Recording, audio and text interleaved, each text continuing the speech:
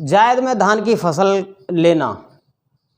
जायद बोले तो मार्च महीने में रोपाई करके जून महीने में कटाई करना, ये जायद का समय होता है। अभी बहुत सारे किसान साथी पश्चिम उत्तर प्रदेश के कई जिलों में मैंने देखा है जायद में फसल बोना पसंद कर रहे हैं, वो भी धान की। किसान साथियों, आप जानते हैं कि धान में सबसे पहले मुख्य बात होती है उत्पादन लेने में सबसे ज़्यादा पानी की आवश्यकता होती है, और पानी 1 किलो धान उत्पादन करने के लिए 300 लीटर तक पानी की आवश्यकता होती है। इसलिए मैं आपको सलाह नहीं दूंगा कि आप उन क्षेत्रों में भी धान लगाएं जहां के पानी की ऑलरेडी पहले से समस्या है। नमस्कार, मेरा नाम है वीके शर्मा और आप देख रहे हैं आपका पसंदीदा channel agriculture technique and solution. किसान साथियों, अभी तक अगर आपने चैनल को सब्सक्राइब नहीं किया है तो चैनल को सब्सक्राइब करें, और जिन किसान भाइयों ने चैनल को सब्सक्राइब कर रखा है वो लाइक और शेयर ज़रूर किया करें। किसान साथियों, अब बात करेंगे आज के विषय की। तो आज का विषय है जायद में धान उत्पादन हम कैसे लें ज़्यादा से ज़्यादा और लागत हमारी कैसे कम हो।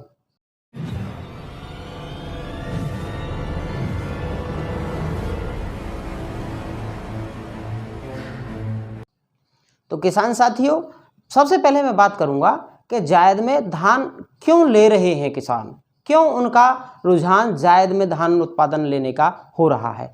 इसके मुख्यतः 3 कारण हैं।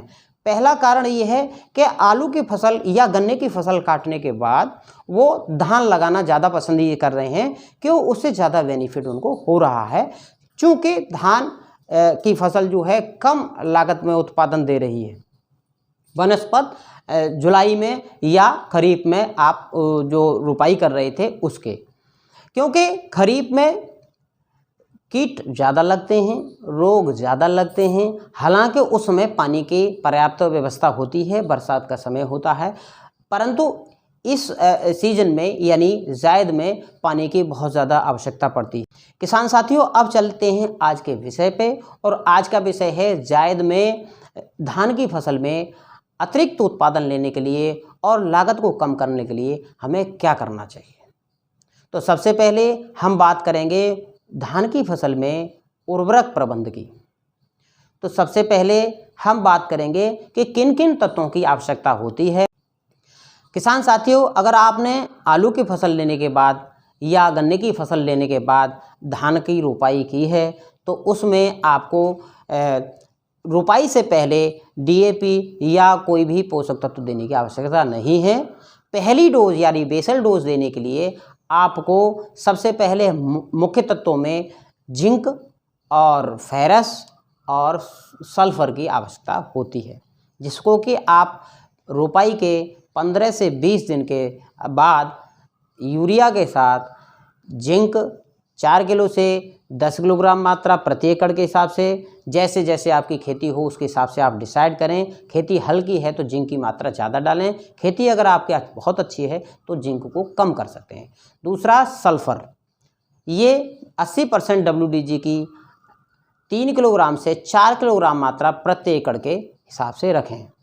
और तीसरा फेरस आयरन या लोहा, इसको आप 19% की 5 किलोग्राम से 10 किलोग्राम मात्रा को प्रति एकड़ यूरिया के साथ पहली ही खुराक में दे दें। किसान साथियों, अब बात करते हैं कीटों के नियंत्रण के लिए हमें क्या करना चाहिए। तो कीटों के नियंत्रण के लिए हमें 3 प्रोडक्ट मैं आपको सजेस्ट करूंगा, जिसमें से कोई एक आप इस्तेमाल कर सकते हैं, और इन तीनों प्रोडक्ट में से किसी एक को भी इस्तेमाल आपने कर लिया तो कम से कम 40 दिन के लिए कोई भी कीट नहीं आएगा।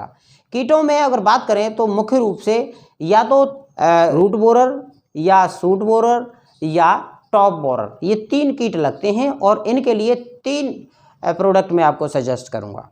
पहला है फटेरा, जो कि FMC कंपनी का आता है। बात करें इसकी मात्रा की तो ये 4 किलोग्राम प्रति एकड़ धान की फसल के लिए पर्याप्त रहेगा। दूसरा कवर, ये धानुका कंपनी का आता है, और इसको भी आप 4 किलोग्राम प्रति एकड़ के हिसाब से लगा सकते हैं। तीसरा सिंजेंटा कंपनी का वाटाको, सिंजेंटा कंपनी का ये बहुत अच्छा प्रोडक्ट है, 2.5 किलोग्राम मात्रा प्रति एकड़ के हिसाब से आप कर सकते हैं। ये तीनों में से कोई एक यूरिया की पहली डोज के साथ मिला करके आप डालेंगे तो 15 से 20 दिन की फसल हो गई, 40 दिन तक और प्रोटेक्ट कर देगा आपकी फसल को, यानी कीट या रोग नहीं लगेंगे, तो आपका उत्पादन अच्छा आएगा। दूसरा, वैसे ही इस फसल में आपके बनस्पत जुलाई महीने में जो फसल होती है उसके बनस्पत कम कीट और रोग लगते हैं, क्योंकि जुलाई महीने में बहुत सारे फंजीसाइड लगाने पड़ते हैं। यही वजह है कि किसानों को यह फ़ायदे का सौदा लग रहा है, और वहाँ जहाँ सिंचाई के पर्याप्त साधन हैं वहाँ ये लोग धान की फसल जायद में ले रहे हैं।